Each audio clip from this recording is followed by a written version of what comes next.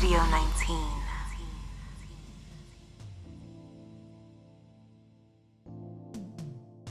What's going on YouTube, and welcome to the Studio 19 show.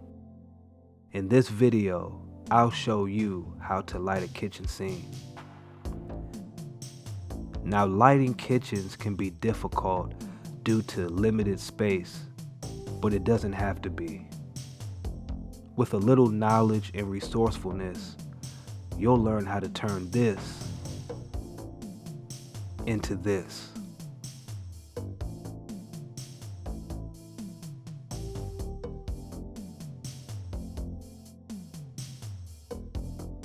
So without further ado, let's jump into it. Number 1, scope out your kitchen. Before you begin to light anything, you always want to make sure you find the perfect cinematic angle for your kitchen scene. This is important because if you light first, you'll be working backwards.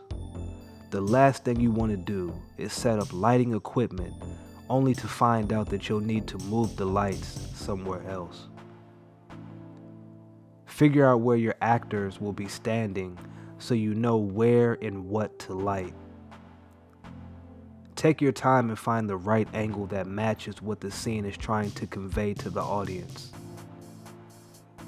I chose this angle because it was the best for this tutorial. Number 2, set design. When you find where you're going to place the camera, start designing the location to suit the story and the scene. For this scene, I want to make the kitchen very welcoming, so I'm going to add some items to make it look better.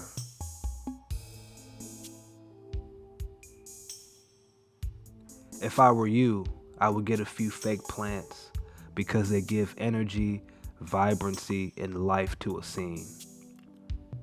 You can get these from Target or IKEA for cheap. They're anywhere from around $10 to $50. I wouldn't spend any more than that though. It's also good to buy a few table lamps. They always come in handy as practicals, and they're a lifesaver if you bring them to an indoor location. You'll never know if you might need them, and it's better to have them than not when you're at a new location that you've never been to. Number 3, choosing the lights. Now that we're comfortable with how everything is turned out, it's time to start choosing what lights to use. When it comes to lighting the scene, I always try to see if the ambient and/or fixture lights can be utilized. Most of the time they can't, so I'll just turn them off since they can't be shaped to help tell my story. Now first off, I want to show you these portable battery operated lights. I bought these at Home Depot for about $7 or $8 a piece, and it was well worth it. These lights also come with Velcro stick pads, so you can stick them wherever you want.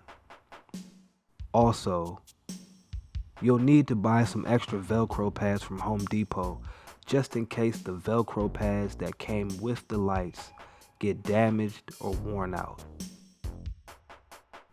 The next light I'm going to use is a cheap tungsten can light I bought from Home Depot.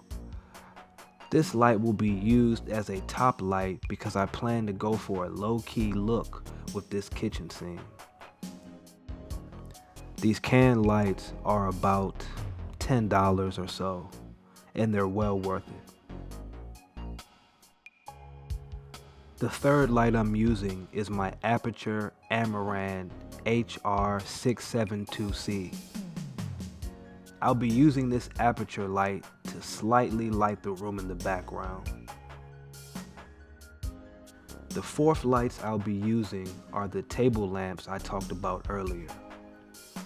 If you're going to use lamps and other tungsten lights, get different types of bulbs with different color temperatures and wattages. Doing so will help you create the look you're going for and fix any blown out highlight issues. Number 4, lighting the scene.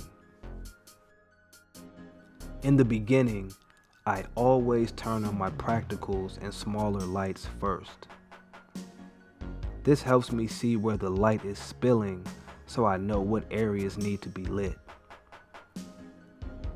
I'll be placing the portable lights inside and under the shelving unit to add interest and exposure to the countertop and shelves. Since I placed a fake plant in the foreground for depth, I lit that with a portable light too, so it has some shape. If you want a cinematic look with your lighting, always go for pools of light instead of evenly lighting the whole frame. I also chose to use 2 desk lamps. I put a purple light bulb in one lamp so I can give some coolness to the scene. The other lamp has a bulb temperature of 2700 Kelvin so I can keep the kitchen area looking warm. After I have my practicals and smaller lights set, I'll add my key light. In this scene, I'm going for a low-key look, so I'm gonna top light the actress. I'm also doing this because the kitchen area is small and top lighting always looks cool. As you can see here, I placed aluminum foil around the can light that's top lighting the actress so I can have control of it. If I don't do this, the room will be brighter than what I intended because the light will be going everywhere and evenly lighting the room. Finally, I'm going to light the room in the background. For this, all I'm doing is pointing my aperture light towards the ceiling. This technique splashes light in the room so it can be brighter and more controlled. I could have left the room in the background dark, but it's up to you and the mood of the scene. So all in all, lighting a kitchen is pretty easy. It just takes some knowledge and creativity to make things interesting to the eye. Always stick with what looks right in the camera because there is no right or wrong way to light a scene. Also, don't use too many lights. Your scene needs to have a good amount of shadow to contrast the bright areas and give your scene a cinematic look. Remember, lighting is a creative process, and lighting will be different and unique to each situation and scene. I could have lit this scene in so many ways, but I chose what I thought would be easy, quick, cheap, and cool for this tutorial. Well, that's it for this video. If you have any questions, you can email me at the address below, and don't forget to like and subscribe. Peace. Studio 19.